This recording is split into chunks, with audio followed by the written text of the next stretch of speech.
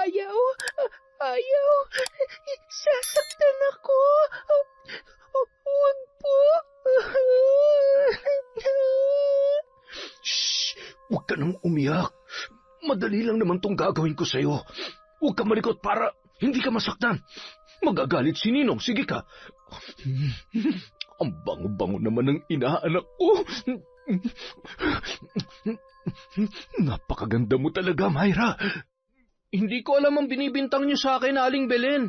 Kahit ganito ako, tambay at lasinggero, hindi ko naman magagawa yan. Malinis ho ang konsensya ko. Huwag ka na magmaang-maangan pa. Alam ko namang hindi ka aamin sa kasalanan mo. Ngunit ito ang tandaan mo. Hindi ako papayag na hindi mo pagbayaran ang pambababoy mo sa anak ko. Aray, bakit hindi ako makaihi? Teka, ano nangyayari sa kargada ko? Ha? Emma, yung ano ko, tingnan mo. Wala na. Bakit ang liit-liit na nito? Ang mga kamay ko, ano to? Butas-butas ang kamay ko. Uod! May uod! Taon 2015, Mindoro. Bandang 12:00 ng hating gabi sa isang baryo sa nasabing lugar. Nakakabingi ang katahimikan sa buong paligid. Mahimbing na ang mag-anak ni Mang Danilo habang ang lalaki ay hindi pa makatulog dahil sa iniinda nitong sakit. Bigla na lang sumikip ang kanyang dibdib at nahirapan sa paghinga. Gigisingin niya sana ang asawa niyang si Belen, ngunit nagpasya na lamang siyang lumabas ng kwarto para kumuha ng tubig. Naglalakad na nakahawak sa kanyang dibdib si Mang Danilo, papunta sa mesa kung saan nakalagay ang isang pitsyel ng tubig at baso. Manginig-nginig pa ang lalaki na nagsasalin ng tubig sa baso at nang akmang iinumin niya na sana yon, bigla na lamang yung natumba at nabitawan ang baso, dahilan para mabasag yon. Napabalikwas naman si Aling Belen nang marinig ang ingay na nagmumula sa kusina ng kanilang bahay. Nang lumabas ang babae, bumungad sa kanya ang nakabulagta ng asawa na si Mang Danilo. Ay, Diyos ko! Danilo! Asawa ko! Ano nangyari sa'yo? Gumising ka! Tulong! Tulungan niyo ako! Pinagyuyugyog ni Aling Belen si Mang Danilo at makalipas ang ilang segundo, dahan-dahang minulat naman nito ang kanyang mga mata at tila nauubusan ng hininga habang nagsasalita. Asawa ko, ikaw na ang bahala sa mga anak natin. Huwag mo silang pababayaan. Lalong-lalo na si Myra. Alam mo naman ang kalagayan niya. Lagi mo siyang babantayan. Patawarin mo ko kung hindi ko na kayo maalagaan pa. Huwag ka mag-alala. Babantayan ko kayo kahit nasaan man ako. Mahal na mahal ko kayo ng mga anak natin.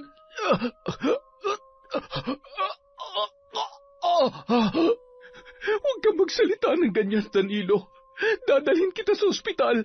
Hindi ka pa mamamatay. Hindi mo kami pwedeng iwan. Lumaban ka. Pakiusap, huwag mo kaming iiwan ng mga anak mo. Hindi ko kaya na mawala ka sa buhay namin. Danilo!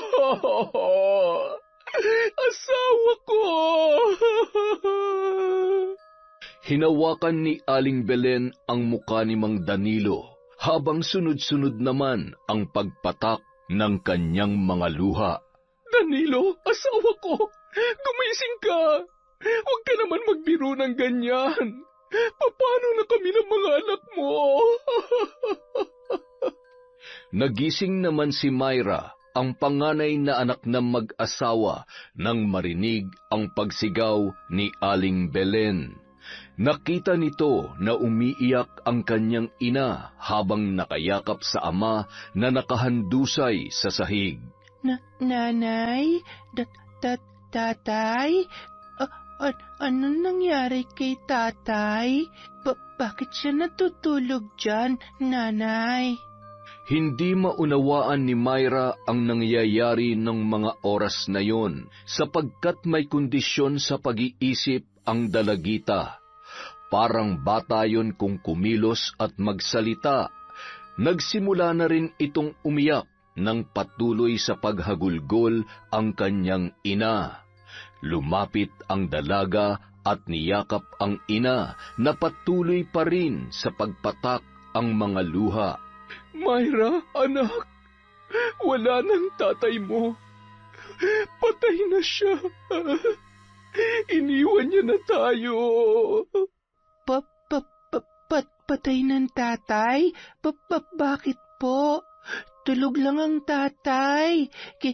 Gising. Tatay, gising na. Mahirap man maintindihan ni Myra ang lahat, ngunit pinaliwanag pa rin ni Aling Belen sa anak ang mga nangyayari. Kinaumagahan, habang inaasikaso ni Aling Belen ang burol ng kanyang asawa at hinihintay ang mag-eembalsamo, pansamantalang nakalagay sa isang katre ang bangkay ni Mang Danilo. Kung pagmamasdan, para lamang yung mahimbing na natutulog, bigla na lamang nilapitan yun ni Myra at niyugyog ang katawan ng kanyang ama. Tatay, gising na. Bangon na kayo. Laro na tayo dun sa labas. Tatay naman, bakit ayaw bumangon? Gagalit si Myra.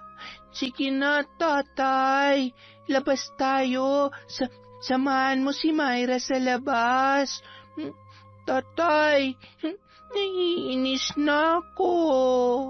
Nang makita ni Aling Belen ang mga tagpong yon, halos madurog ang kanyang puso.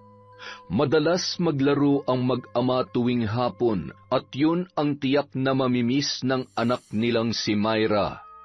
Makalipas ang 1 linggo, nailibing na ang bangkay ni Mang Danilo. Napilitan si Aling Belen na magtrabaho para buhayin ang kanyang mga anak. Tumanggap ng labada ang babae at minsan naman ay pumupunta siya sa bahay kung saan siya ay maglalaba. Isang araw, habang naglalaba si Aling Belen sa kanilang bahay, Anak, Myra, pakitingin mo nga ang kapatid mo sa duyan. Umiiyak eh. Baka nagugutom na o kaya naman ay baka basa na ang lampin. Pakisuyo naman, anak. May ginagawa kasi si nanay. Opo, nanay. dali-dali namang tinungo ni Myra ang kapatid sa sala gaya ng iniutos ng kanyang ina. Naaasahan naman ni Aling Belen ang dalaga na magbantay ng kanyang bunsong kapatid at maging sa mga gawaing bahay sa kabila ng kanyang kondisyon. Dahil maayos na pinalaki at tinuring na normal na bata ng mag-asawa ang dalaga. Huwag ka nang iyak, bunso. Andito na si ate. Tahan na. Nagugutom ka na ba? Hindi pa rin tumitigil sa pag-iyak ang kanyang bunsong kapatid hanggang sa umiyak na rin ang dalaga dahil hindi niya mapatahan ang kanyang kapatid. Anak, padedein mong kapatid mo, baka nagugutom na. Tatapusin ko lang tong nilalabhan ko. Malapit na rin ako matapos para makapagpatuyo na ako. Mukhang, uulan pa yata.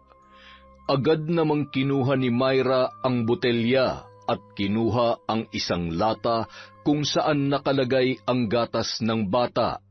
At napatakbo pa ang dalaga papunta sa kinaroroonan ng ina, dala ang latang lagayan.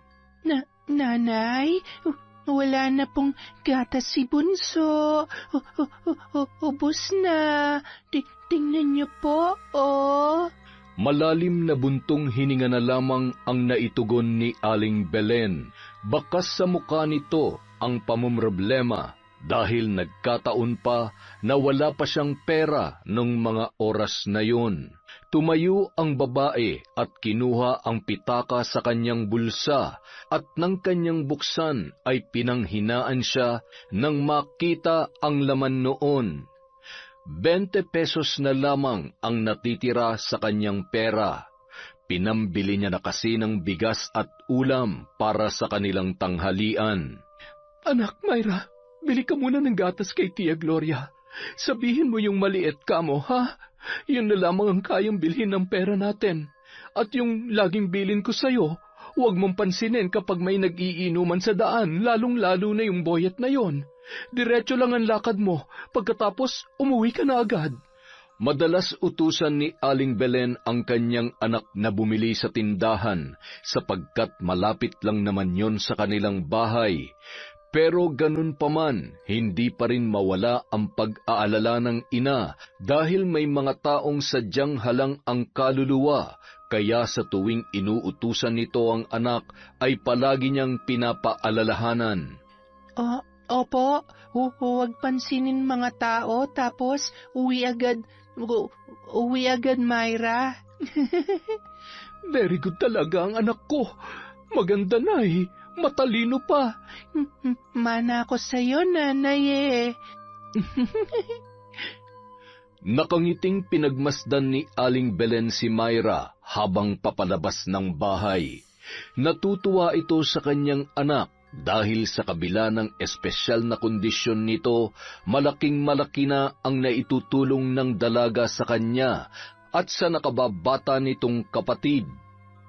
Habang naglalakad si Myra papunta sa tindahan ni Tia Gloria, nadaanan niya ang noon ay nag-iinuman na sina Boyet at ang mga kaibigan nito.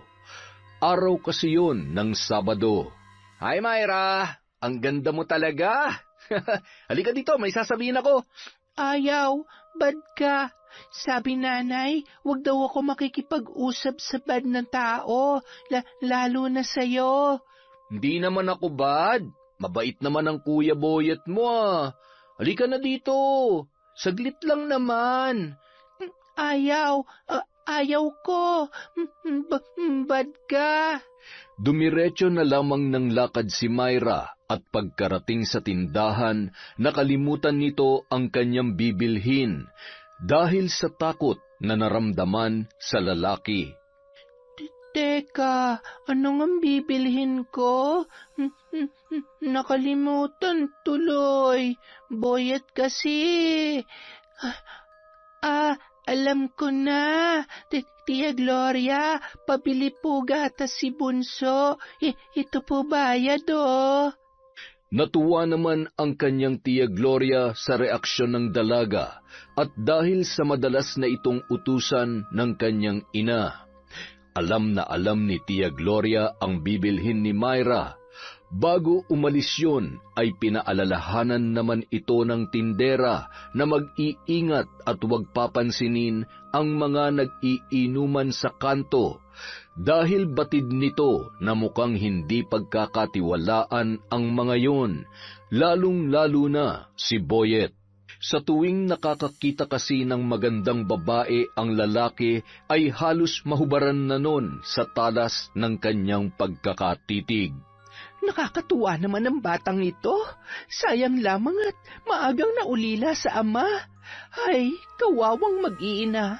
Masyado kasing mabait si Danilo eh. Totoo nga yata ang kasibihan na ang taong mga masama ay siya pa ang matagal mabuhay. At kung sino ang mababait, siya pa yung maagang namamatay. Ay... Nadaanan na naman ng babae ang mga lalaking nag-iinuman at panayang sutsut ng mga ito sa kanya.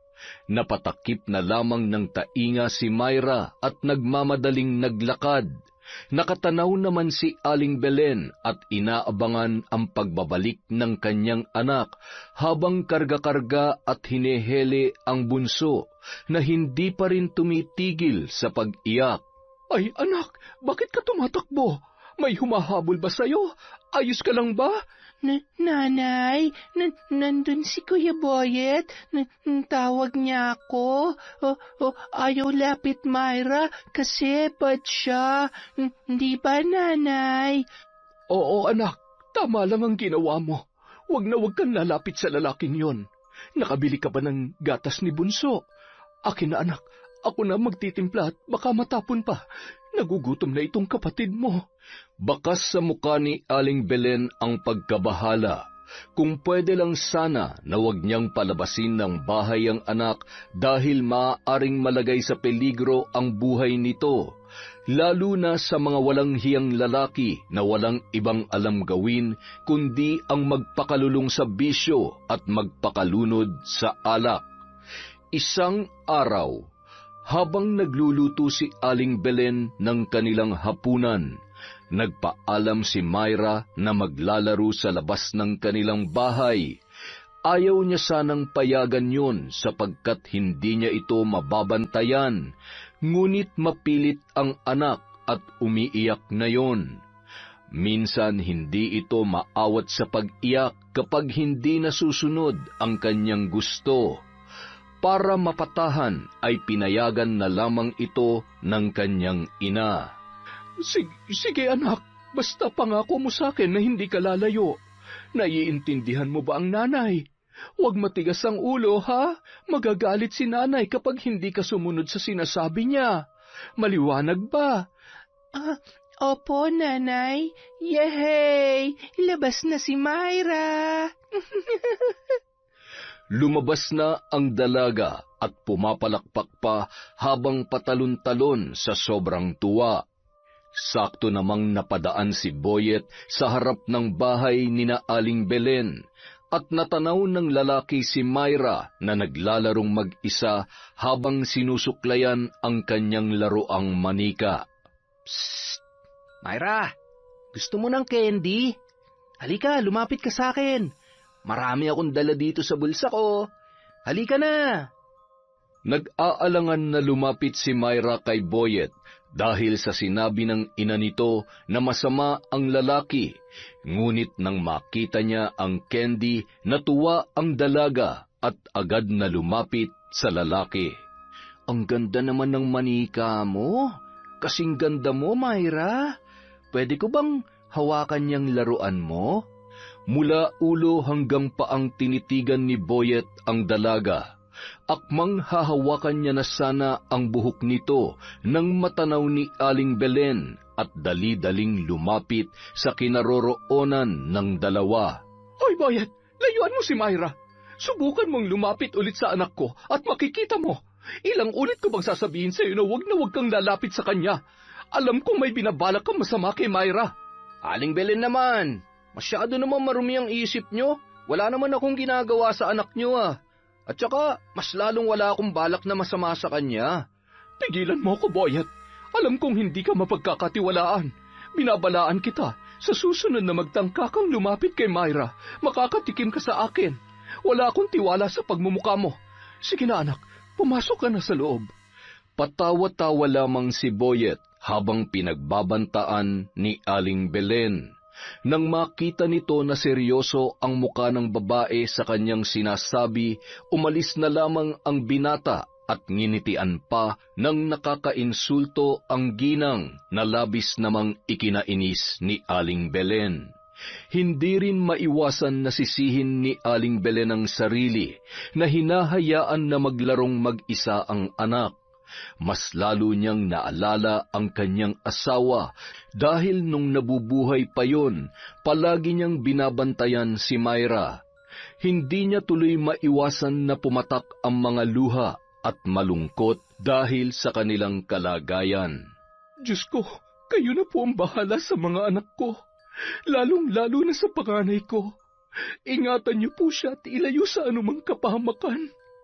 Danilo, asawa ko kung saan ka man naroroon ngayon. Lagi mong bantayan ang mga anak natin. Miss na miss ka na namin, lalong-lalo na ng panganay mo. Isang araw, nakatanggap si Aling Belen ng labada at pinapapunta ang babae sa bahay ng kanyang paglalabhan. Nakiusap naman siya kung pwedeng isama ang kanyang mga anak dahil walang magbabantay sa mga yon. Pumayag naman ang mag-asawa. Sa katunayan, nakakatulong din sa ina si Myra dahil marunong din siyang maglaba. Sa bahay ng mag-asawang sina Edwin at Elsa, ikinabit niya ang malaking tela na ginagawang duyan ni Aling Belen para sa bunso nitong anak.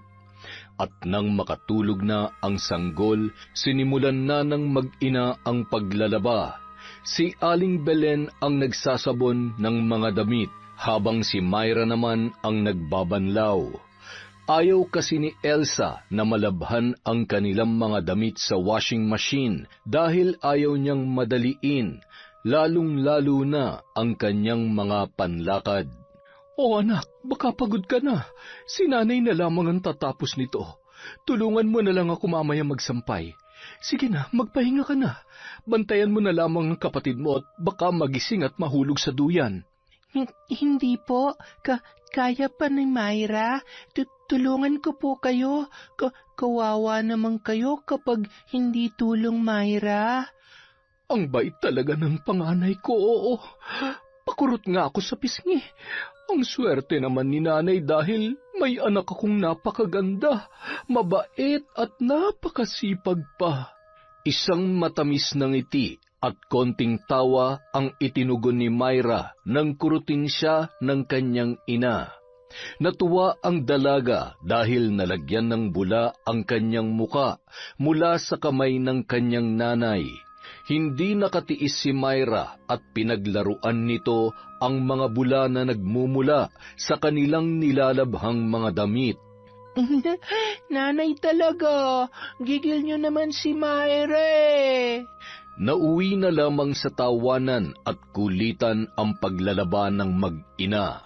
Inabutan naman ng pagkain ni Elsa ang magnanay at natuwa si Aling Belen dahil sadyang mabait talaga ang kanilang ipinaglalaba. Binitawan muna nina Aling Belen at Myra ang kanilang labahin. Kumain muna sila saglit at pagkatapos ay agad silang bumalik sa kanilang ginagawa. Samantala, nakatanaw naman si Mang Edwin at malagkit na titig ang tinugon kay Myra na nooy nagsasampay ng kanilang nilabhang damit. Tinitigan ng lalaki mula paa hanggang ulo ang dalaga. Mababasa sa mukha nito ang pagnanasa sa maputi at bilugan na mga hita ng babae. Nakita naman ni Aling Belen ang ikinilos noon. May samanyakis naman pala itong asawa ni Ma'am Elsa. Kung makatitig para nang hinuhubaran si Myra. Mga lalaki talaga. Makakita lang ng maputing hita ay naglalaway na. Anak, ako na magsasampay dyan. Maupo ka na lang dito at tapusin mo na itong binabanlawan ko. Baka kasi matunaw ka na sa init ng katititig sa init ng sikat ng araw. Nakatuon ang tingin ni Aling Belen kay Edwin habang sinasabi ang mga salitang yon. Bigla naman sinara ni Edwin ang bintana kung saan siya nakadungaw. Nagmamadali nang tinapos ni Aling Belen ang kanilang ginagawa dahil sa kagustuhan na nitong makauwi. Hindi kasi siya komportable sa ganoong sitwasyon at hindi mawalang mag-alala para sa kanyang anak na si Myra. Pagkatapos mayabot ni Elsa ang bayad ay agad nang nagpaalam si Aling Belen. Habang karga-karga ang bunso at bitbit naman ni Myra ang ginamit nilang duyan. Sige po, ma'am. Aalis na po kami. Maraming salamat po. Ngumiti naman si Elsa habang si Edwin ay umiiwas ng tingin kay Aling Belen. Matalim na pagtitig ang itinugon ni Aling Belen kay Edwin na wari pinagbabantaan ang lalaki. Simula ng araw na yon, hindi na tinanggap ng babae ang labada ng mag-asawa para sa ikabubuti ng kanyang panganay na anak na si Myra. Naging matumal ang labada ni Aling Belen. Mabuti na lamang at mabait ang kapitbahay nitong mag-asawa na sina Emma at Mike. Ina-anak ni Mike si Myra. Simula nang mamatay ang asawa ng babae, malaking tulong sa kanila ang kanyang kumparing si Mike. Sa katunayan, kahit noon pa man na nabubuhay ang kanyang asawa, madalas na rin itong tumulong kapag sila ay naggigipit. Maraming salamat talaga dito sa bigas na ipinahiram mo, kumpare. Hamot kapag nakatanggap ulit ako ng labada, papalitan ko na lamang. Pasensya na, walang-wala talaga ako ngayon. Walang masyadong labada kaya mahina ang kita ko ngayon linggo. Ano ka ba naman, Mare? Huwag mo nang palitan yan.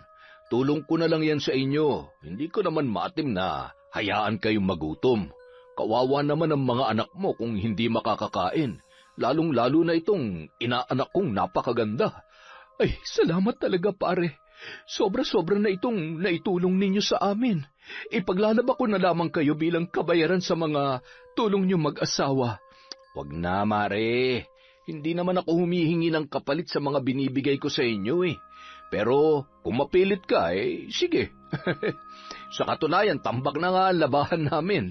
Itong si Emma kasi ay tinatamad ng maglaba. Nahihirapan na yatang magkusot at palaging iniindang sakit ng likod niya. Paalis na sana si Mike na napadaan lamang at iniabot ang bigas kay Aling Belen. Nang biglang lumabas si Myra, tinawag ng ina ang dalaga at pinagmamano sa kanyang ninong. Dahan-dahan namang lumapit si Myra habang pinipilipit ang buhok nito na nakatirintas at agad na nagmano sa lalaki. Napakaganda naman ng inaanak ko. Ay, sandali lang. Muntik ko na makalimutan. Meron nga pala akong ibibigay sa'yo. Oh, ito, Myra. Para sa'yo yan, ha? Wow! Chocolate! Tuwang-tuwa si Myra at pasayaw-sayaw pa habang papasok sa loob ng bahay. Habang hindi naman mawaglit ang tingin ni Mike sa kanyang inaanak. Habang nagdadalaga ang babae ay mas lalo itong gumaganda. Ikaw talaga, kumpare. Palagi mong ini-spoil yung inaanak mo. Bahala ka kapag nasanay yan. Mamumulubi ka kakabili ng mga tsokolate. Paborito niya pa naman yan. Minsan nga ay kinukulit pa akong bumili. Paano? Nasanay dun sa tatay niya. Hayaan mo na, Mare. Nag-iisa ko lang namang inaanak yan si Myra at natutuwa ako sa kanya. Napakabait na masipag pa. Masaya ako sa tuwing natutuwa ang inaanak ko. Alam mo na, nasasabik lang ako na magkaroon ng anak. Sa tagal ng pagsasama namin ni Emma wala pa. Hindi kami pinalad na magkaroon ng anak. Hindi na rin nagtagal at nagpaalam na si Mike sa kanyang kumaring si Belen.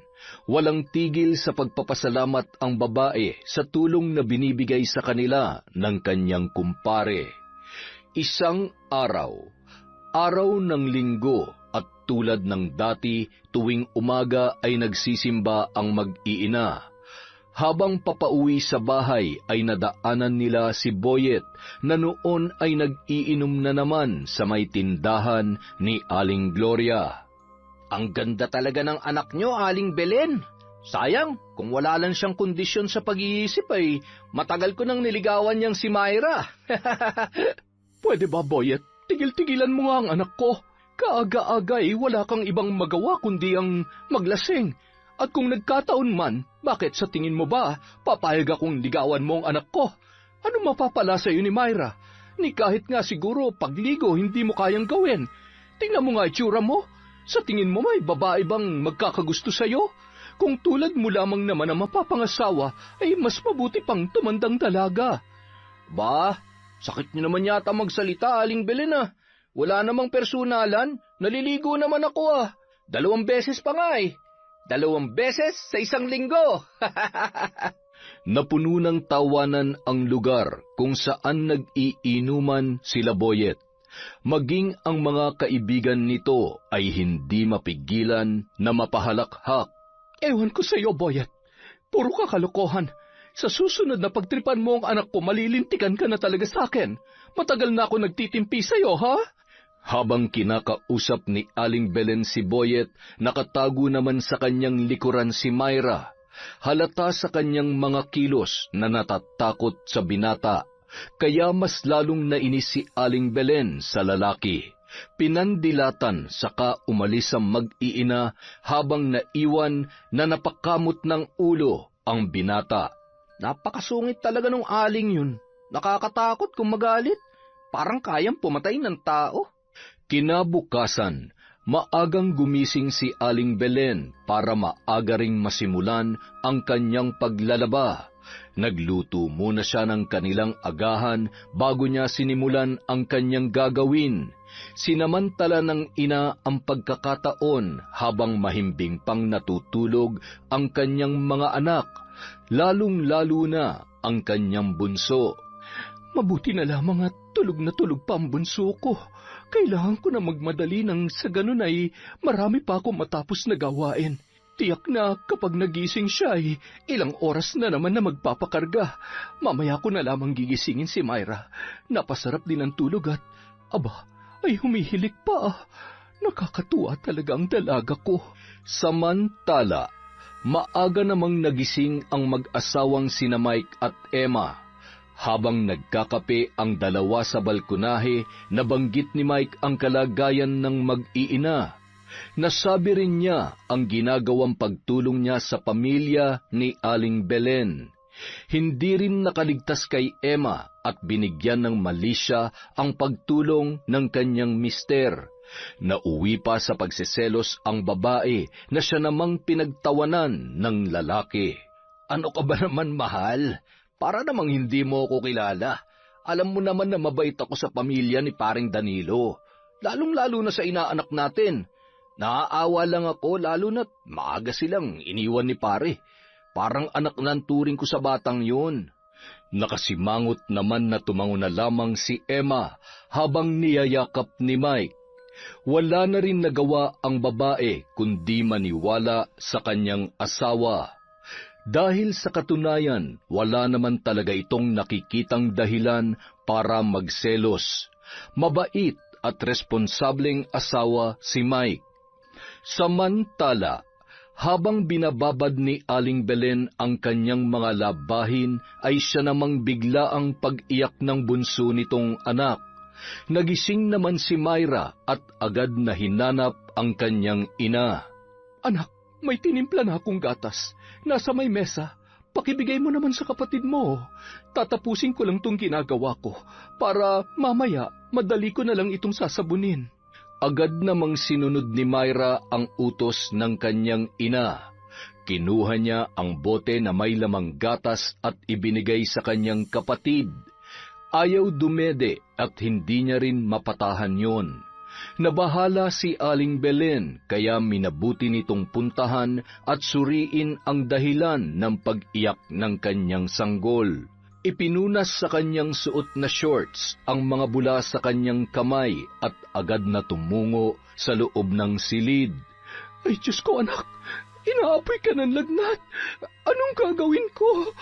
Tarantang kinuha ni Aling Belen ang kanyang bag at binuhat ang kanyang bunsong anak. Nagmamadali palabas ng bahay habang karga ang bunso at hila-hila si Myra. Dumiretso sila sa bahay ni na Mike at humahangos pa ito ng malalim nang sila ay makarating. Si Myra naman hindi na nakapagsalita, ngunit mababakas sa mukha nito na naguguluhan sa nangyayari. Napatayo naman sa kinauupuan si Mike nang marinig nito ang boses ng kanyang kumare. Tao po! Mike! Emma! Magandang umaga! Pagkarinig ni Mike sa boses ni Belen, agad itong tumungo sa pintuan at pinagbuksan ang babae. Nanlaki ang kanyang mga mata. Nababakas niya ang pag-aalala sa mukha ng kanyang kumare. Oh, Mare, ano nangyari? Saan kayo pupunta? Hindi na ako magpapaligoy-ligoy pa, pare. Pwede ba akong makisuyo sa inyo mag-asawa? Pwede ko ba munang iwan dito si Myra? Kailangan ko lang dalhin sa ospital itong bunso ko. Ang taas ng lagnat niya eh. Mahihirapan kasi ako kapag sinama ko pa si Myra. Hindi ko naman pwedeng iwan mag-isa sa bahay. Alam mo naman ang kondisyon niya. Wala naman akong ibang pwedeng mapag-iwan sa kanya. Ay, ano ka ba naman, Mare? Sige na, lumakad ka na. Kami na ang bahala sa inaanak ko. Mag-iingat kayo, ha? Sige pare, salamat. Anak, dito ka lang muna sa ninong at ninang mo, ha? Tumango-tango na lamang si Myra. Kahit ganoon ang kondisyon ng dalaga ay madali rin naman itong nakakaintindi. Habang kinakausap ni Mike si Myra, biglang natigilan sila nang marinig ang pagkulo ng tiyan ng babae. Oh, ay mukhang nagugutom na yata ang inaanak ko ah. Opo, nagugutom na po ako, Ninong. Gusto nang kumain ni Myra. Dahil napakaaga pa ng oras na yon ay hindi pa kumain si Myra kahit na makahigop man lamang ng kape, kaya ganoon na lamang ang gutom na kanyang nararamdaman. Halika sa kusina, kumain ka muna. Umupo ka rito. Sandali lang at ipagtitimpla kita ng gatas. Mukhang gutom na mga alaga mo dyan sa tiyan ah. Alaga? May alaga po ako sa tiyan, Ninong. Paano po sila nakapasok dito sa tiyan ko? Napatawa na lamang ang lalaki at sinabing nagbibiro lamang siya. Dahil kung ipapaliwanag niya pa kay Myra ang sinasabi nito, baka abutin pa siya ng ilang oras bago maintindihan ng dalaga. Ipinaghain niya na lamang ang babae at pinagtimpla ng gatas na maiinom. Samantala, nakakunot noon naman ang asawa ni Mike habang pinagmamasdan ang magninong. Hindi na lamang ito umimik dahil alam niya na pagtatalunan lamang nila yon kung kokontrahin niya ang asawa. Hinayaan niya na lamang ang lalaki dahil nakikita niya naman ang saya sa mga mukha nito kapag nakakasama ang kanyang inaanak. Para kasing tunay na anak na kung ituring ni Mike si Myra. Sa kabilang banda, pagkababa ng tricycle na sinakyan ni Aling Belen ay tumungo na sila sa emergency room ng ospital at agad na pinatingnan ang kanyang anak. Mabuti na lamang at kaunti ang pasyente. Agad na naasikaso ng mga nurse na naka-duty ang kanyang bunsong anak. Kinailangan i-confine ang bata dahil sobrang taas ng lagnat nito. Pagkatapos malagyan ng swero ay tinurukan ng gamot para bumaba ang lagnat ng sanggol. Huwag na po kayo mag-alala, Nanay. Hindi naman po gaanong malala ang sakit ng anak nyo.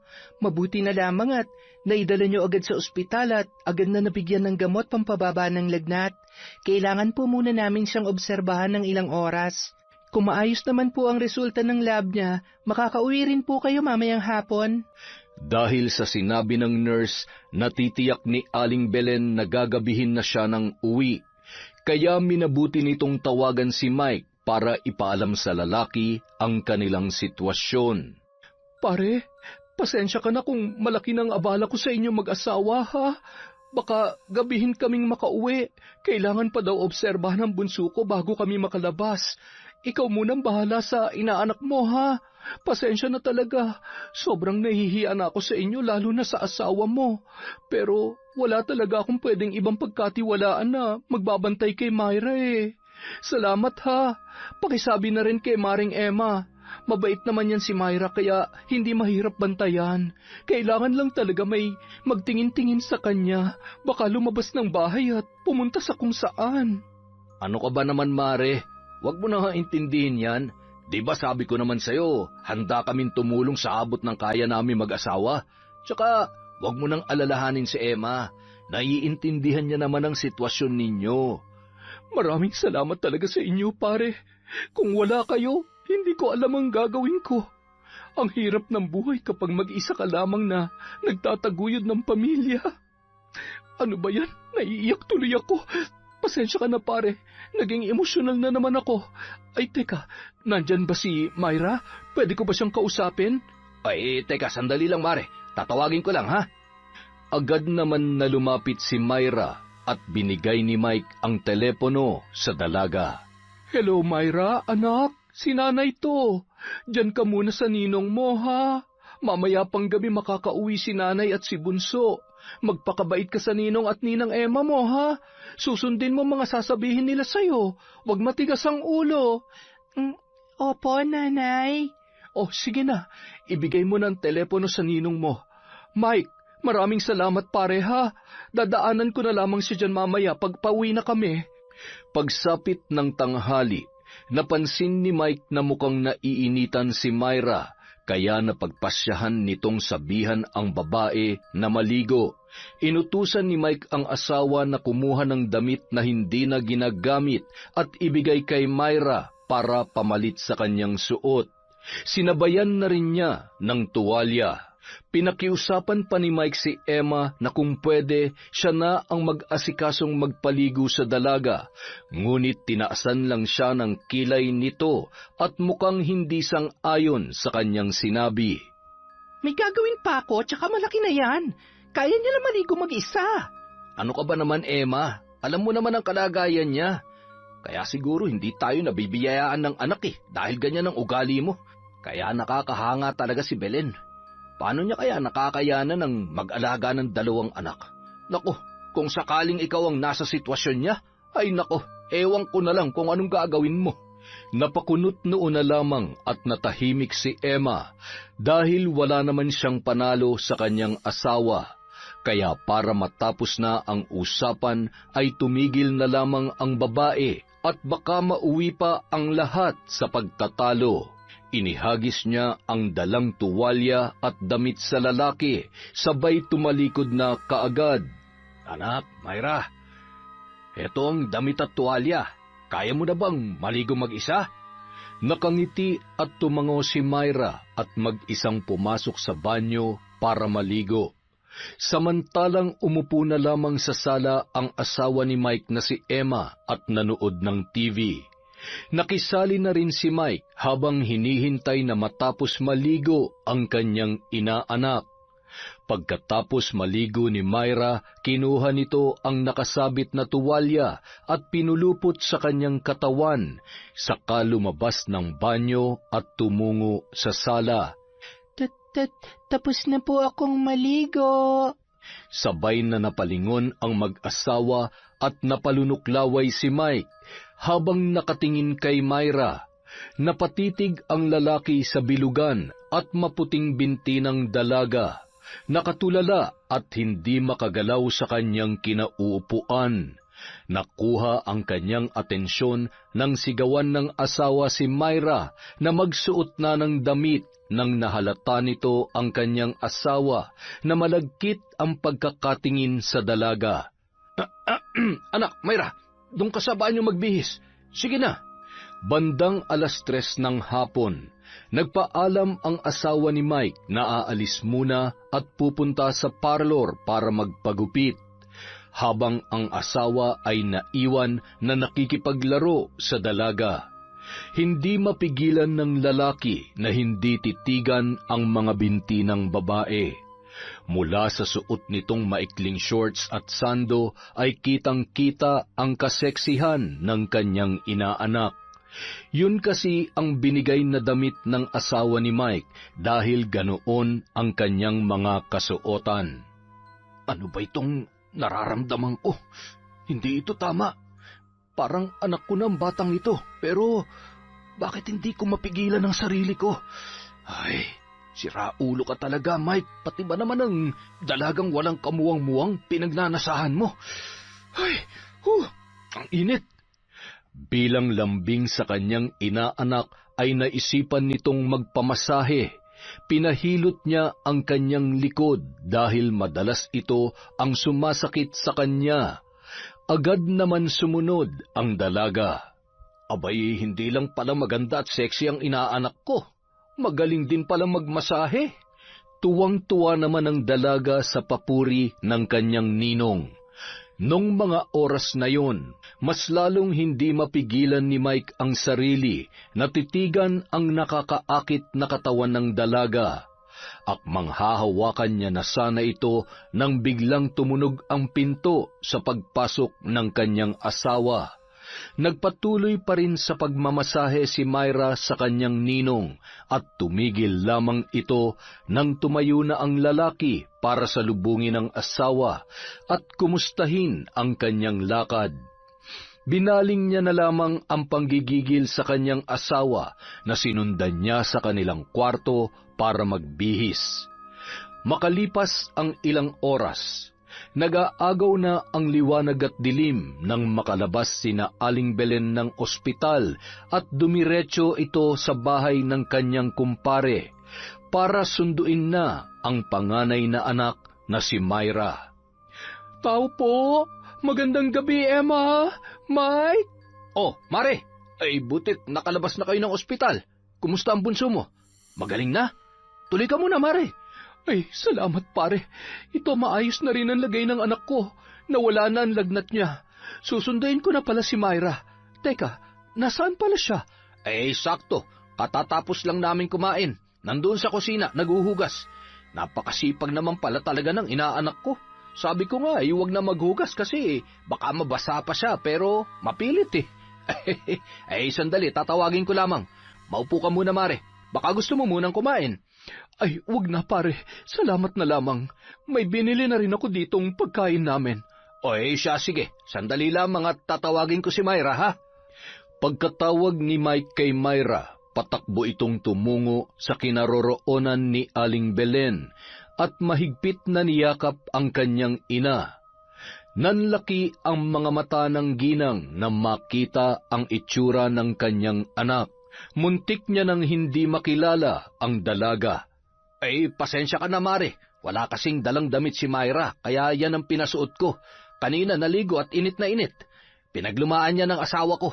Alam mo naman yung babaeng yun, mahilig sa mga ganyan damit. Napangiti na lamang si Aling Belen. Mas lalo kasing lumitaw ang ganda ng katawan ni Myra sa kanyang suot. Ngunit iniiwasan ng ina ang ganoong pananamit dahil nilalayo niya sa mga matang mapagnasa ang kanyang dalaga. Kaya mahabang palda at bestida lamang ang madalas na ipinapasuot niya rito. Paano ba yan pare? Hindi na kami magtatagal. Maraming salamat ha. Pakisabi na lamang kay Mare. Tutuloy na kami. Salamat ulit. Pasensya na sa istorbo. Wala yun, Mare. Sino-sino pa ba naman ang magtutulungan kundi tayo? Basta pag may kailangan ka, huwag ka lang mahiya magsabi. Siya, sige na at lumalalim na ang gabi para makapagpahinga ka na rin. Hindi naman kalayuan ang bahay nila Aling Belen, kaya halos ilang minuto lang ang nakalipas ay narating na nila ang kanilang tahanan.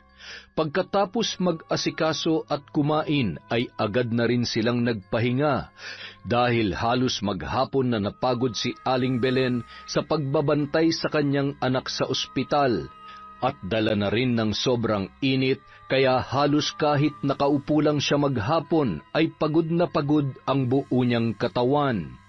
Samantala, habang nakahiga na sa kama ang mag-asawang Mike at Emma, hindi mawaglit sa isipan ni Mike ang itsura ni Myra nang lumabas yun sa banyo na nakatapis ng tualya. Halos sa tuwing ipipikit nito ang kanyang mga mata ay nakikita niya ang itsura ng kanyang inaanak. Mas lalong sumidhi ang kanyang pagnanasa kay Myra. Ay, ano ba tong naiisip ko? Makatulog na nga lang. Baka kung saan pa mapuntang kalikutan ng utak ko. Mike, may kausap ka? Parang nagsasalita ka na yatang mag-isa. Huwag mo sabihin na nananaginip ka. Eh, hindi ka pa naman natutulog. Kanina ka pa hindi mapakali dyan, ah. Wala, may naalala lang ako. Sige na, matulog na tayo. Kinaumagahan, pagbukas ng bintana ni Aling Belen ay bumungad sa kanya si Boyet na nooy napadaan at pasuray-suray na pasilip-silip sa kanilang bahay na wari mo ay mayroong hinahanap. Mukhang papauwi pa lamang ito at inabot na ng umaga sa kakainom at lasing na lasing. Mabilis na kinuha ni Aling Belen ang anirola at sabay na sinaboy ang laman kay Boyet na halos humaba na ang leeg sa kasisilip sa may bintana. Saktong tumama ito sa muka ng lalaki at nahimasmasan nang maamoy ang ihi na sumambulat sa kanyang muka. Ay, lintik! Anong... Aling Belen naman, bakit niyo naman ako sinabuyan ng ihi niyo? Ang panghi! Mukhang amoy ihi ng matanda. Sabagay, matanda na nga pala kayo. Yan ang bagay sa'yo. Kaya aga-agay naninilip ka. Wala ka na talagang matinong gawain. Sa susunod na gawin mo ulit yan, hindi na ihi ang isasaboy ko sa'yo. Hahabulin na kita ng itak na lintik ka. Umalis ka na at makakasira ka ng araw. Aling Belen naman, wala naman ako masamang gagawin. Pauwi na ako't napadaan lang dito, tapos... Ay nako, huwag ka na magpaliwanag.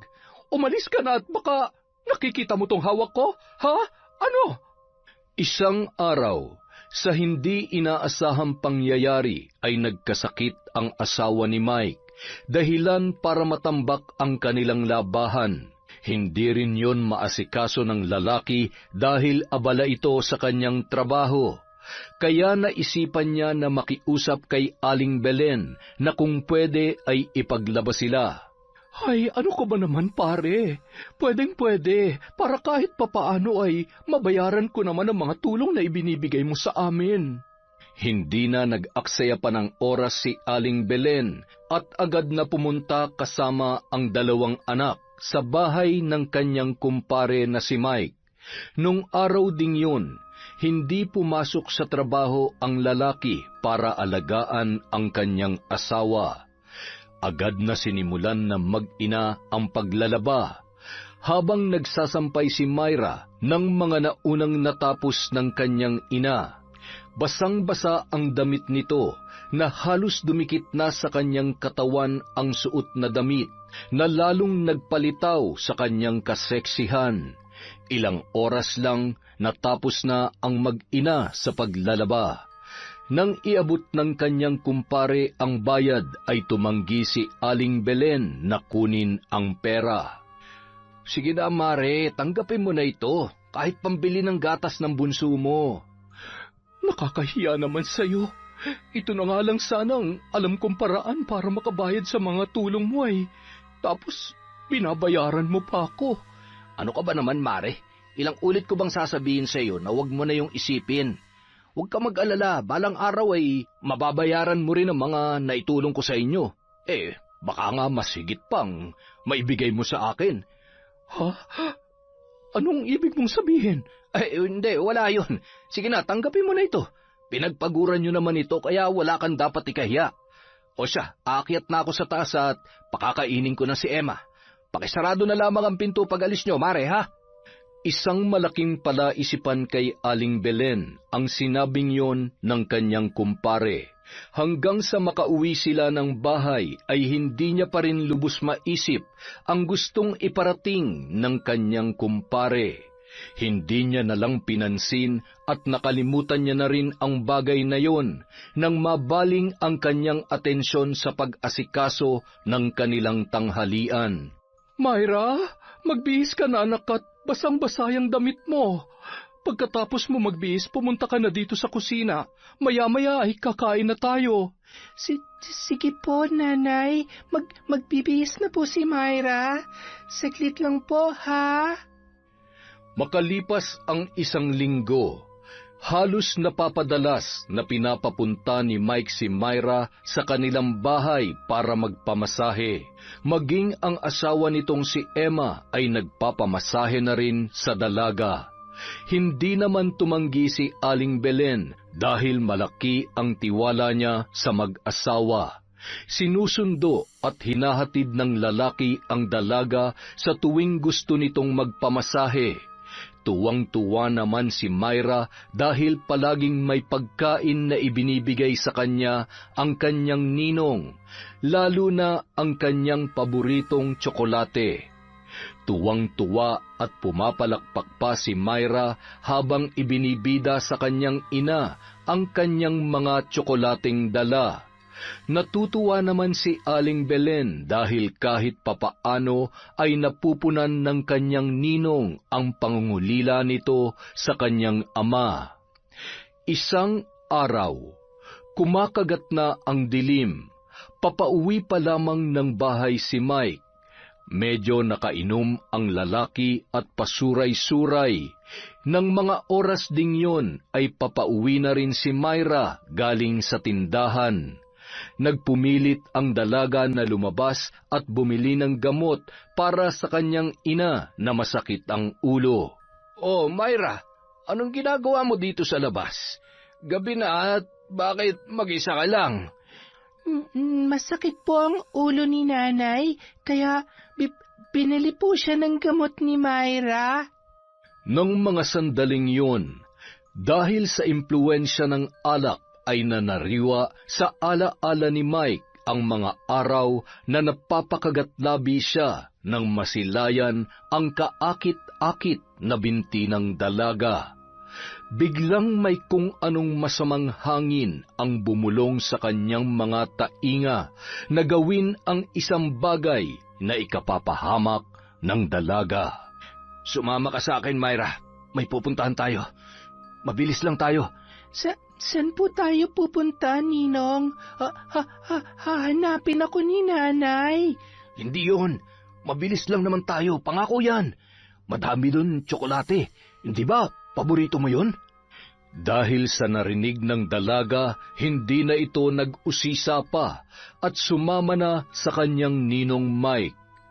Medyo madilim na ang paligid kaya wala nang masyadong tao sa labas, kaya't walang nakakita sa kanila.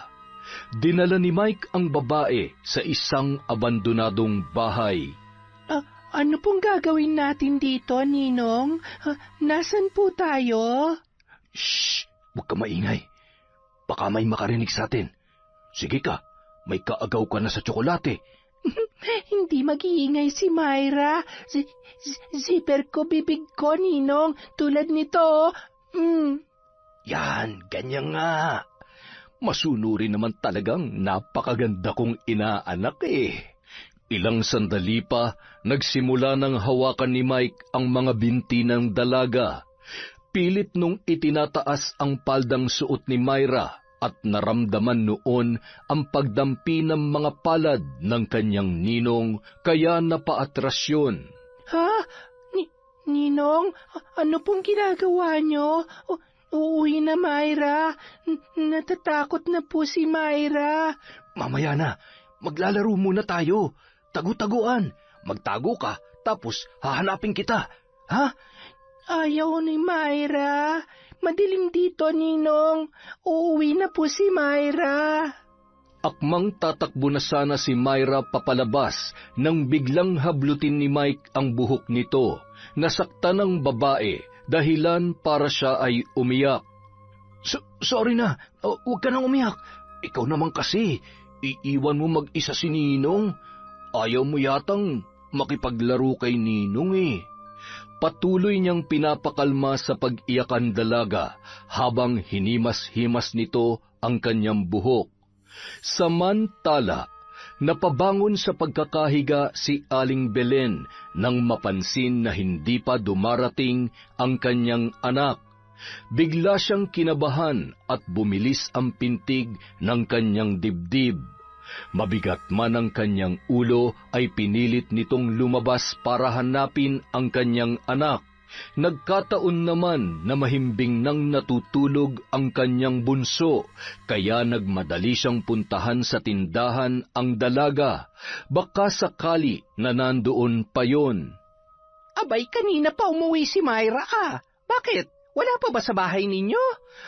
Yun nga ang ipinagtataka ko. Halos mag-iisang oras na siya simula nung umalis sa bahay. Saan kaya pumunta ang batang yon?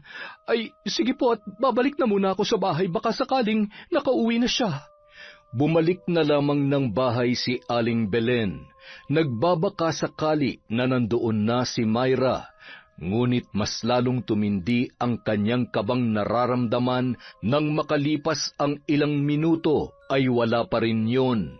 Nakisuyo siya sa kanyang kapitbahay na bantayan muna ang kanyang bunsong anak at hahanapin niya ang nawawalang si Myra. Samantala, Ayaw ko. Sasaktan ako. Huwag po, Ninong. Shh! Huwag ka nang umiyak. Madali lang naman tong gagawin ko sa'yo. Huwag kang malikot para hindi ka masaktan. Magagalit si Ninong. Sige ka. Ang bango-bango naman talaga ng inaanak ni Ninong. Napakaganda mo talaga, Myra. Hindi man lamang nakapanlaban ang dalaga at naisagawa ni Mike ang masamang balak nito sa kanya. Halos mawalan ng malay si Myra dahil sa sakit na nararamdaman sa maselang bahagi ng kanyang katawan. Maging ang kanyang mga binti ay hindi niya rin maigalaw. Bagka, Ninong. Sinaktan mo, Myra. Sumbong kita kay nanay. Huwag mong tatangkain na magsumbong sa nanay mo. Kung hindi, papatayin ko siya. Lalo na yung bunso mong kapatid. Naintindihan mo ba ako? Samantala, hindi magkamayaw sa paghahanap si Aling Belen. Halos lahat ng tao na kanyang nakasalubong ay napagtanungan niya na, ngunit wala ni isa sa kanila ang nakakita sa kanyang anak. Diyos ko, nasaan na ba ang batang yon? Wala naman sana masamang nangyari sa kanya. Anak, Myra, kung nasan ka man ngayon, anak ko, umuwi ka na. Sinubukan ni Aling Belen na humingi ng tulong sa mga opisyal ng barangay. Naghiwa-hiwalay ang mga yon sa paghahanap sa nawawalang si Myra. Makalipas ang ilang oras, nagpasya na munang umuwi ng bahay si Aling Belen. Nagbabaka sakali na sa mga oras na yon ay nakauwi na ang dalaga. Nang makarating siya ng bahay, biglang nanlumo ang babae nang makita ang anak na magulo ang buhok at napakadungis ng itsura. Hindi niya na rin ininda ang kanyang sakit ng ulo dahil nangibabaw na sa kanya ang pag-aalala para kay Myra. Diyos ko, anak ko, saan ka magaling? Anong nangyari sa'yo? Bakit ganyan ang itsura mo? Sino may gawa nito sa'yo, ha? Anak, magsalita ka! Wala ni isang salita na lumabas sa bibig ni Myra. Agad na pumasok yun sa loob ng kwarto. Nakatulala at nanginginig pa rin ang buo niyang katawan. Tumutulo ang luha habang nilinisan ni Aling Belen ang madungis na katawan ng dalaga. Pinalitan niya rin ang suot na damit noon at palda. Nanginginig ang kamay ni Aling Belen nang makita ang dugo sa pribadong kasuotan at kulay puting palda ng dalaga. Hindi maaari. Sino may gawa nito sa iyo, anak ko? Hayop! Mapapatay ko siya! Anak, patawarin mo si nanay! Patawarin mo ko! Nang gabing yon, tumungo sa bahay nila ang ilang opisyal ng barangay at nagpasalamat naman si Aling Belen sa tulong at pagmamalasakit ng mga yon. Pinili niya munang ilihim ang nangyari sa kanyang anak. Naiiyak na hinihimas ang buhok ni Myra na noon ay natutulog na. Basa pa rin ang mga pilik mata dahil sa matinding takot. Lalo lamang nag-alala ang kanyang ina nang nilagnat ang dalaga. Kinaumagahan. Anak, tumingin ka kay nanay. Alam kong natatakot ka, pero makinig ka sa akin. Nandito ako. Tutulungan kita. Sino ang... Nanay! Ayaw! Papatayin niya! Papatayin niya tayo, nanay! Anak, hindi totoo yan. Tinatakot ka lamang niya. Sige na, sabihin mo na ang totoo. Hihingi tayo ng tulong sa mga pulis at tutulungan nila tayo. Sakit, nanay. Masakit po. Pilit niya ako, nanay. Umiiyak ang dalaga habang tinuturo ni Myra ang maselang parte ng kanyang pagkababae. parang dinudurog ang puso ni Aling Belen dahil sa nangyari sa kanyang panganay na anak. Hindi na yon pinilit pa ng ginang dahil mas lalo lamang yung mahihirapan at matatakot.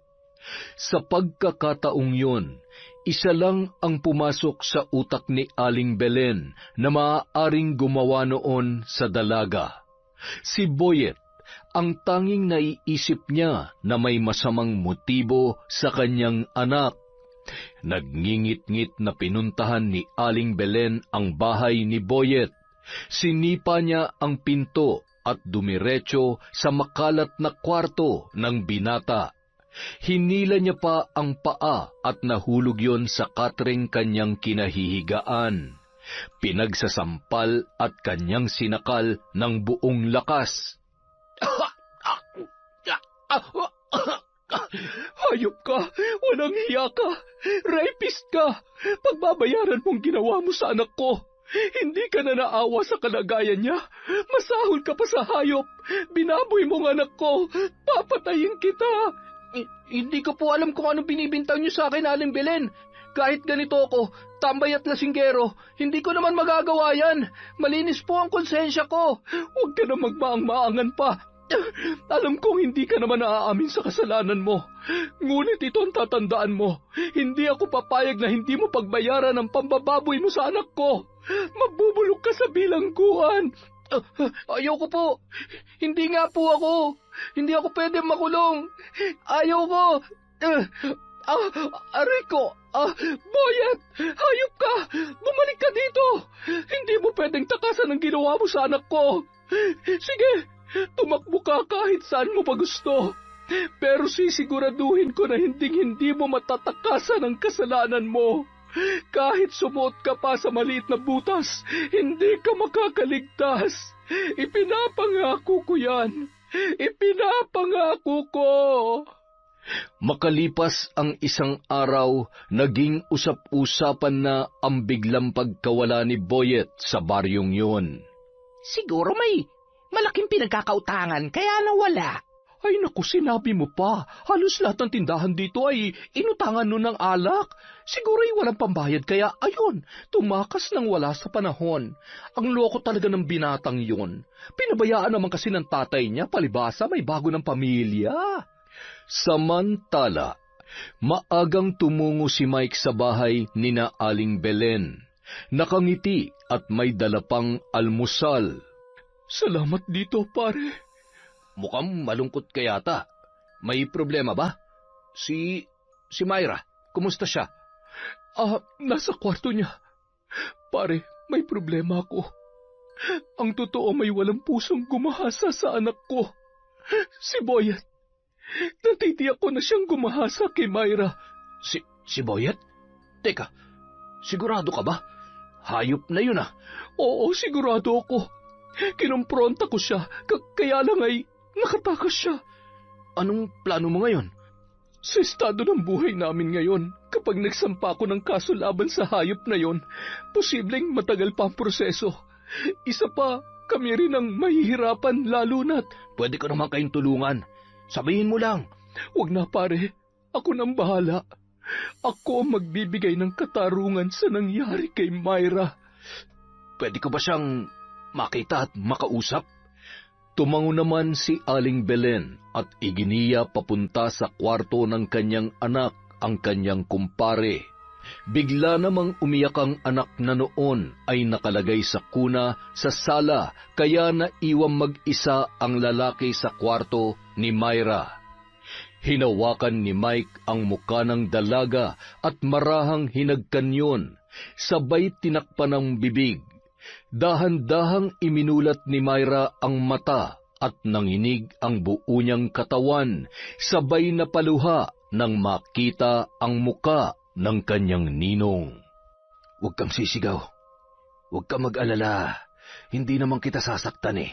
Nandito ako para ipaalala sa'yo kung anong mangyayari kapag nagsumbong ka sa nanay mo o sa kahit na sino. Ha? Muli pa nung hinagkan ang mapupulang labi ng dalaga bago lumabas ng kwarto. Mare, tulog na tulog pa.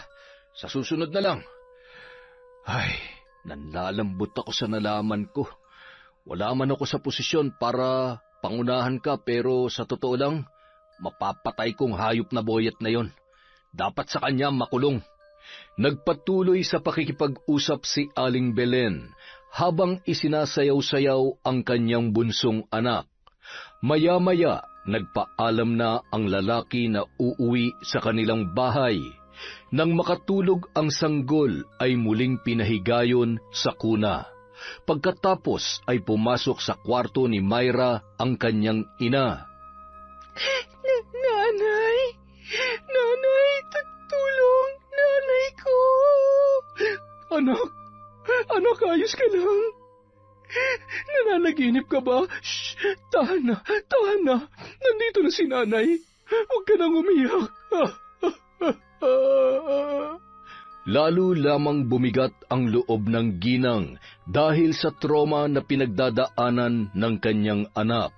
Buong araw ay pinag-iisipan niya kung anong dapat niyang gawin upang maipaghiganti ang noon ay tila wala pa rin sa sarili na si Myra. Pagkagat ng dilim, tumungo sa isang silid ng kanilang bahay si Aling Belen, kung saan nakatambak ang mga bagay na hindi na nila ginagamit. Sa isang lumang kahon kung saan nakasilid ang mga kagamitan sa pambabarang, isa-isa niyang kinuha at napaubo pa siya ng malanghap ang mga alikabok. Halos 1 dekada na mula nang itinago niya ang mga yon. Inaantay ng ginang na sumapit ang 6:00 ng gabi bago simulan ng ritual ng pambabarang. Maagang pinatulog ng babae ang kanyang mga anak nang sa gayon ay maisagawa niya ng maayos ang kanyang ritual. Sa pamamagitan ng aking itim na kapangyarihan, ipinag-uutos ko na parusahan ng taong walang awang humalay sa aking anak. Matinding sakit ng ulo ang kanyang mararamdaman. Hindi siya patutulugin ng kanyang konsensya. Sa bawat pagpaon ng karayom sa manikang ito ay ang nakakabaliw na sakit. Mawalan ng buhay at unti-unting bumalik sa pagkabata ang iyong sandata. Labis na sakit ang mararanasan ng taong ito, higit pa sa sakit na nararamdaman ko ngayon. Higit pa sa pasakit na ginawa mo sa anak ko. Lulunurin ka ng takot at konsensya hanggang sa tuluyang mawala sa sarili at mamatay ka ng lintik ka.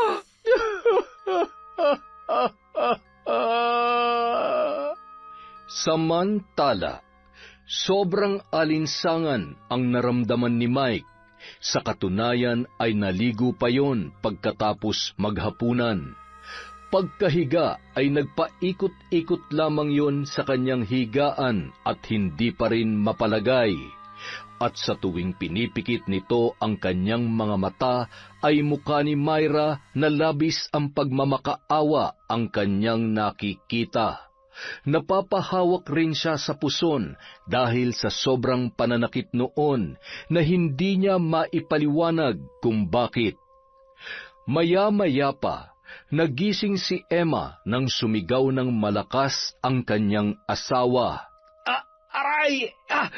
Parang tinutusok ng karayom ang ulo ko at ang puson ko. Ano bang nangyayari sa akin? Emma, tulungan mo ko! Taranta namang tinulungan ni Emma ang kanyang asawa, ngunit hindi nito alam ang kanyang gagawin.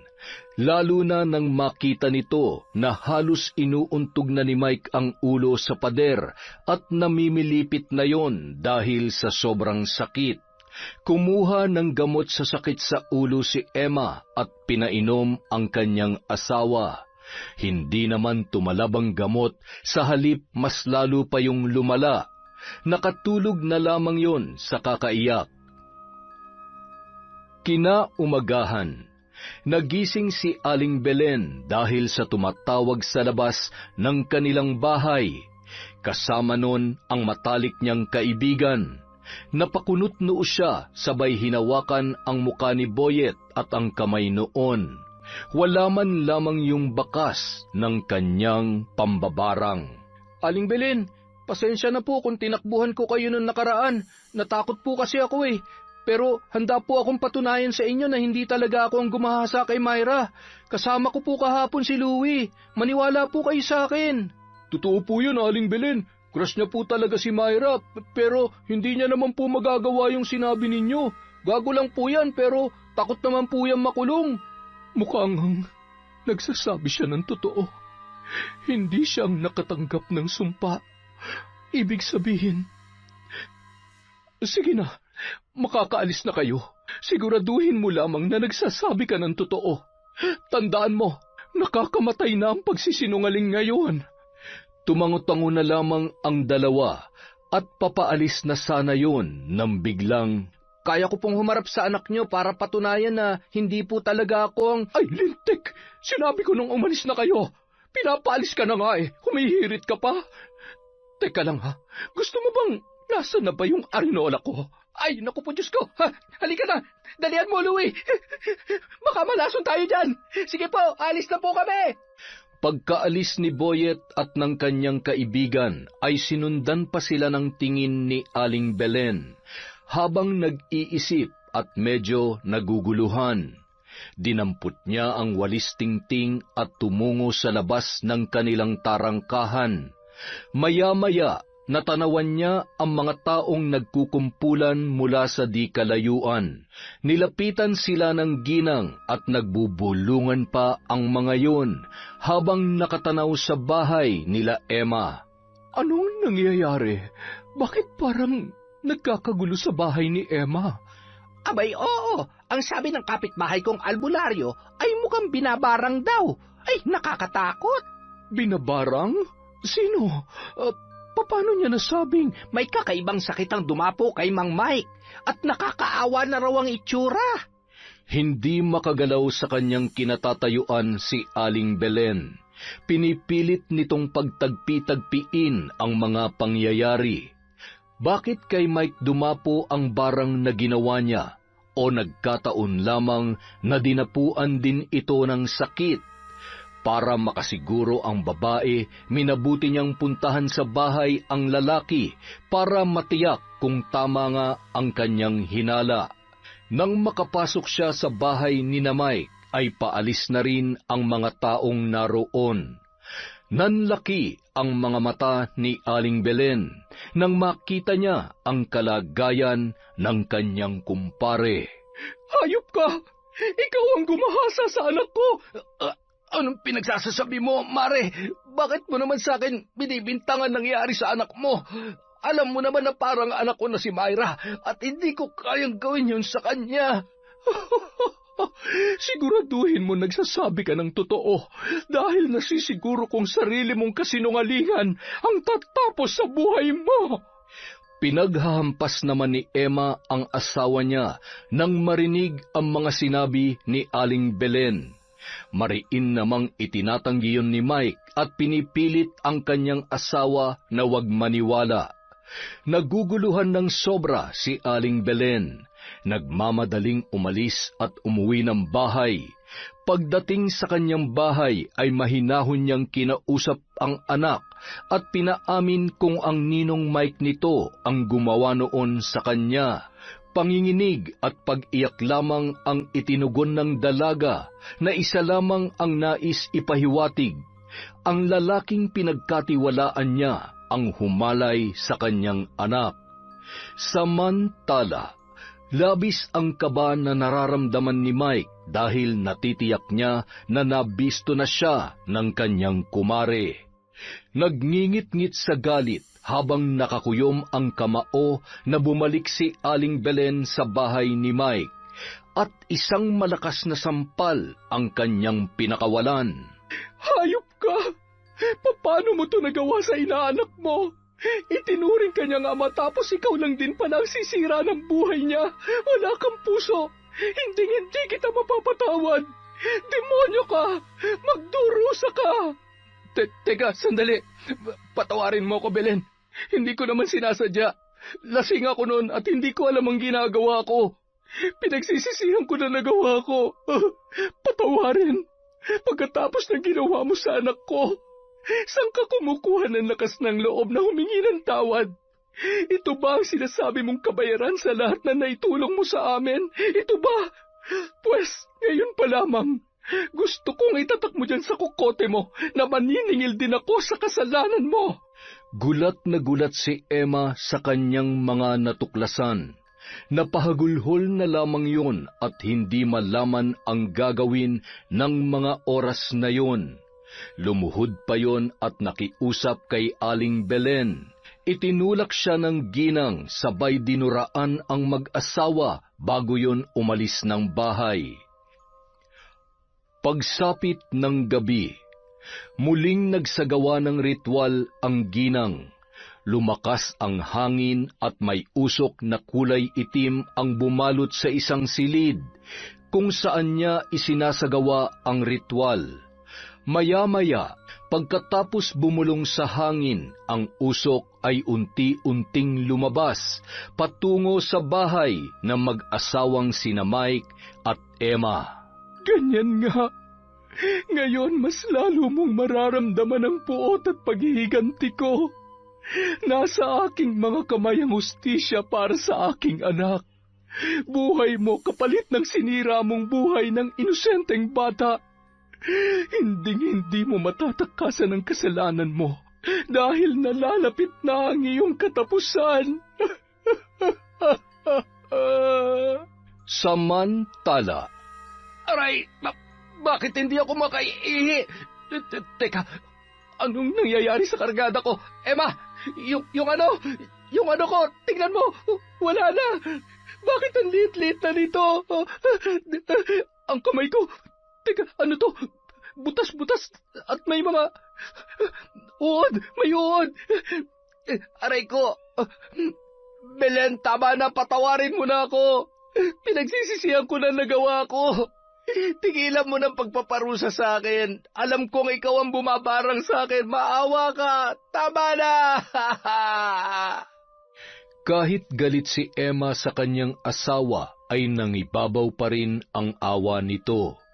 Kaya minabuti niyang dalhin yon sa isang magaling na albularyo para ipagamot. Labis ang galit ng taong gumawa nito sa iyo. Malakas ang kanyang kapangyarihan. Pero susubukan kong kontrahin siya sa abot ng aking makakaya. Gawin niyo po ang lahat para gumaling ako. Handa ako magbayad kahit magkano. Basta mabuhay lang po ako at bumalik sa normal itong... Gamit ang benditadong kwintas, umusal ng panalangin ang matandang albularyo at gamit ang bahagyang pinainitang bagay na yari sa bakal, dahan-dahan yung idinampi sa maselang bahagi ng parte ng kanyang pagkalalaki. Napapahiyaw naman sa sakit ang lalaki sa bawat pagdampi noon. Ganoon din ang ginawa sa bawat nagnanaknak na mga butas, kabilang ang kamay niya. Kasabay ng pagpapausok at orasyon ay nagsilaglagan isa-isa ang mga uod mula sa kanyang mga sugat. Ito'y pansamantalang lunas lamang. Hanggat hindi binabawi ng mambabarang ang sumpa, hindi ka tuluyang gagaling. Natitiyak ko na kahit humingi ka sa kanya ng tawad ay hindi ka patatawarin. Sukdulan ang galit sa puso ng taong ito. Pero kailangan mong subukan ng paulit-ulit. Baka sakaling magkaroon ng puwang sa kanyang puso ang kapatawaran. Sa bisa ng orasyon ng manggagamot, naibsan ang sakit na nararamdaman ni Mang Mike. Kaya kahit hindi man siya gumaling, ay nagpapasalamat pa rin yon sa albularyo. Gayunpaman, hindi pa rin tuluyang nanunumbalik sa dating laki ang kanyang sandata. Nawala man ang ilang mga uod, ngunit naroon pa rin ang napakaraming sariwang sugat at butas-butas sa kanyang mga palad. Nang makauwi ng bahay ang mag-asawa, agad na nakatulog si Mike sa sobrang antok na kanyang naramdaman. Halos pangalawang gabi niya na rin yon na walang maayos na tulog. Samantala, Nababatid kong humingi ng tulong ang walang hiyang lalaking yon. Akala mo ba kaya mong basta-basta na lamang mapawalang bisa ang sumpa ko? Kalokohan yon! Kinagabihan, muling nagsindi ng itim na kandila si Aling Belen. Lumuhod at binuka ang kanyang mga kamay, sabay nag-usal ng kakaibang mga salita. Kasabay ng malakas na hangin ay ang nakakakilabot na halakhak na pinakawalan ng ginang. Sa kabilang banda, halos ilang oras pa lamang na nakakatulog si Mike, ngunit nagising na naman ito na humahangos dahil sa paulit-ulit na dumadalaw sa kanyang panaginip ang isang bruhang mambabarang na nakakasindak at nakakabingi ang boses, at sinabayan pa ng matinding sakit ng kanyang ulo at puson. Halos maglupasay na ito sa sahig dahil sa hindi na nito makayanan ang kanyang nararamdamang sakit. Aray, tama na! Tigilan mo na ako! Parang awa mo na, Belen. Kung gusto mo, patayin mo na lang ako. Para matapos ng paghihirap kong ito, hindi ko na kaya. Huwag kang mag-alala. Darating tayo dyan. Gusto ko munang ipalasap sa iyo ang hirap at sakit na dinanas ng anak ko. O di ba ngayon, nararanasan mo ng pakiramdam ng sinasaktan ang kahinaan. Pakiramdam ng walang sapat na lakas para lumaban. Halos ganun na ganun din ang nararanasan ni Myra. Lagi itong nagigising sa kalagitnaan ng kanyang mahimbing na pagtulog. Lagi niyang napapanaginipan ang nangyari sa kanya nung gabing yon. Habang tumatagal, mas lalong lumalala ang kalagayan ng dalaga. Palaging tulala at umiiyak dahil sa tromang sinapit noon sa kamay ng kanyang ninong. Makalipas ang isang linggo, halos araw-araw na pabalik-balik ang mag-asawang Emma at Mike sa albularyo para magpagamot. Kahit alam nilang walang kasiguruhan na gagaling, ay hindi pa rin sinusukuan ni Emma ang kanyang asawa. Isang araw, malubhang-malubha na ang kalagayan ni Mike, hanggang sa siya na mismo ang sumuko na magpagamot. Ayoko na, Emma. Wala nang pag-asa na gagaling pa ako. Kahit humingi pa ako ng tawad kay Belen, hindi niya babawiin ang sumpa. Tanggap ko na ang aking magiging kapalaran. Ito ang tanging kabayaran sa kasalanang nagawa ko sa inaanak ko. Siguro nga'y dapat lamang na mangyari ito sa akin. Pagod na ako. Ngunit hindi pumayag si Emma at kinumbinsi si Mike na puntahan si Aling Belen para humingi ng tawad. Kung kinakailangang lumuhod at halikan nito ang paa ng babae para lang patawarin ang lalaki. Ngunit tulad ng kanyang sinabi, nabigo sila na makuha yon. Walang kapatawaran ang ginawa mo sa anak ko. Para mo na rin siyang pinatay. Kaya kamatayan mo rin ang kabayaran sa lahat ng ito. Umalis na kayo. Hindi ko masikmurang makita ang pagmumukha mo. Layas! Walang nagawa ang mag-asawa kundi ang umalis dahil sa nag-aapoy na galit ni Aling Belen. Noong araw na yon ay tuluyan ng nawalan ng pag-asa ang lalaki. Habang nasa kanyang kwarto, nakita niya sa kabinet ang isang gunting. Pumasok sa isip ng lalaki na tapusin na lamang ang kanyang buhay. Halos gumapang siya sa kama, makuha lamang ang gunting na yon. Nang maabot niya na, ay walang pagdadalawang isip na itinarak niya yon sa kanyang leeg. Umalingaw-ngaw ang sigaw ng lalaki, kasabay ng pagbulwak ng dugo na dumaloy sa kanyang katawan. Tarantang pumasok sa kwarto ang asawa niyang si Emma na hindi makapaniwala sa kanyang nadatnan. Naliligo man sa dugo ay mahigpit niya pa ring niyakap si Mike. Dadalhin pa sana niya sa ospital ang asawa, ngunit tuluyan na yung nalagutan ng hininga. Samantala, nang malaman ni Aling Belen ang pagkamatay ng kanyang kumpare, walang mapaglagyan ang tuwa sa puso ng babae, na sa wakas ay nakamit na niya ang hustisya para sa kanyang anak na si Myra. Makalipas ang 3 araw, nailibing na ang bangkay ni Mike at halos mahimatay si Emma na hindi nito lubos matanggap ang pagkawala ng kanyang asawa. Naggalit man siya kay Belen na gumawa noon sa kanyang asawa, ngunit hindi niya ito masumbatan dahil alam niyang malaki rin ang kasalanan ni Mike sa kanyang kumare, lalong-lalo na sa kanyang inaanak. Makalipas ang 2 buwan, unti-unti nang nanunumbalik ang lakas ni Myra, ngunit isang umaga ay bigla na lang nagsusuka at nahihilo yon, hanggang sa nawalan ng malay. Myra, anak, gising! Ano ba nangyayari sa iyo? Ay Diyos ko, hindi kaya buntis ang anak ko? Dinala ni Aling Belen sa ospital si Myra para makasiguro sa kalagayan ng kanyang anak. Tama nga ang kanyang hinala, dahil ayon sa doktor ay 2 buwan nang buntis ang dalaga. Hindi alam ni Belen kung ano ang mararamdaman nung mga oras na yun. Gayon din kung paano ipapaliwanag sa kanyang anak ang kanyang sitwasyon. Nanay, nasan po ako? Bakit ako nandito? Bakit ka umiiyak, nanay? Napalingon yon sa isang doktor na halos kasing laki at kasing tangkad ni Mike.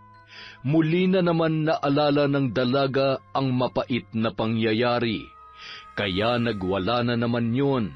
Mabuti na lamang at agad na napakalma ng kanyang ina. Makalipas ang mga araw, linggo at buwan, unti-unti nang lumalaki ang tiyan ng dalaga. Nanay, busog Myra. Malaki tiyan, Myra. Tingnan niyo, oh. Ako mataba na, nanay. Halika dito, anak. Kaya lumalaki ang tiyan mo dahil buntis ka. Buntis? Buntis, Myra? Ano po yun? Merong baby dyan sa loob ng tiyan mo, anak. Magiging nanay ka na rin. Paano nagkasya baby tiyan ko? San galing baby, nanay ko? Napangiti na lamang si Aling Belen sa mga tinuran ng kanyang anak. Sa kabila ng kanyang sitwasyon, kahit papaano ay bumabalik na ang dating sigla ng dalaga. Bumalik na ang pagiging makulit at masayahin nito na halos ilang buwan din na hindi nasilayan ng kanyang ina. Salamat, Panginoon ko. Kahit papaano ay unti-unti nang nakakabawi ang anak ko sa masalimuot na nangyari sa kanyang buhay. Sana rin ay mapatawad niyo ko sa aking nagawa. Patawad kung muli kong niyakap ang itim na kapangyarihan. Labag man sa aking kalooban, ngunit yun lamang ang tanging paraan na naisip ko para makamit ang hustisya para sa aking anak. Alam kong malaking pagkakamali yun, pero sana naiintindihan niyo ako. Susubukan ko rin na bigyan ng puwang ang aking puso na magpatawad at itama sa ibang paraan ang pagkakamaling nagawa ko. Kahit ilang buwan nang patay si Mike, ay hindi pa rin lubos na nakakamtan ni Aling Belen ang tunay na kasiyahan sa kanyang puso. Nakapaghiganti man siya, ngunit may parte sa kanyang damdamin na hindi nawawala ang kalungkutan. Ibinuhos ni Aling Belen ang lahat ng kanyang panahon sa kanyang mga anak, lalo na sa kanyang panganay na noon ay nagdadalang tao. Pinrotektahan niya yun laban sa mga mapanghusga. Huwag kang mag-alala, anak. Nandito lamang si nanay sa tabi mo. Aalagaan ko kayo na magiging anak mo. Mamahalin natin ang baby mo ng buong buo. Bunga man siya ng karahasan, pero isa pa rin siyang biyaya na ibinigay sa atin ng may kapal. Hindi man maiwasan na pagpiestahan ng tsismis si Myra ng mga taong walang ibang alam, kundi ang makialam sa buhay ng iba. Hinayaan na lamang ni Aling Belen at mas tinuon ang pansin sa pag-aalaga at pag-intindi sa anak na si Myra sa sitwasyon nito. Makalipas ang 9 na buwan, Nanay, may dugo. Oh, manganganak ka na, anak. Huwag ka matakot. Nandito lang si nanay. Hinga ka lang ng malalim. Gayahin mo si nanay, ha? pilit na pinapakalma ni Aling Belen ang anak na si Myra na noon ay hindi na magkamayaw sa pag-iyak dahil sa umaagos na likido sa kanyang mga binti kasabay ng paghilab ng kanyang tiyan. Nataon naman na dumaan si Boyet ng mga oras na yun at narinig ang hiyaw ng natatarantang si Aling Belen. Nang sabihin ng ginang na manganganak na si Myra, ay dali-dali namang pinuntahan ng lalaki ang isang kumadrona sa kanilang baryo. Huwag ka nang umiyak, anak. Papunta na dito ang kumadrona. Kaunting tiis na lang.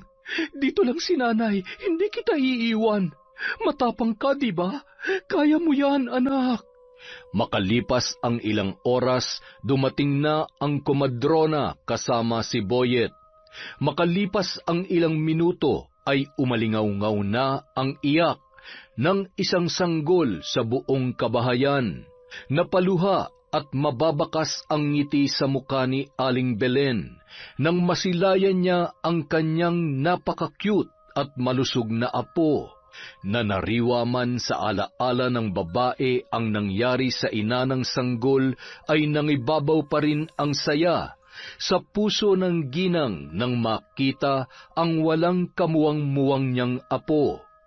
Masayang hinimas-himas ni Myra ang bata na nakaibabaw sa kanyang dibdib. Sinuklian naman siya ng sanggol ng isang matamis na ngiti. Lumipas ang mga araw.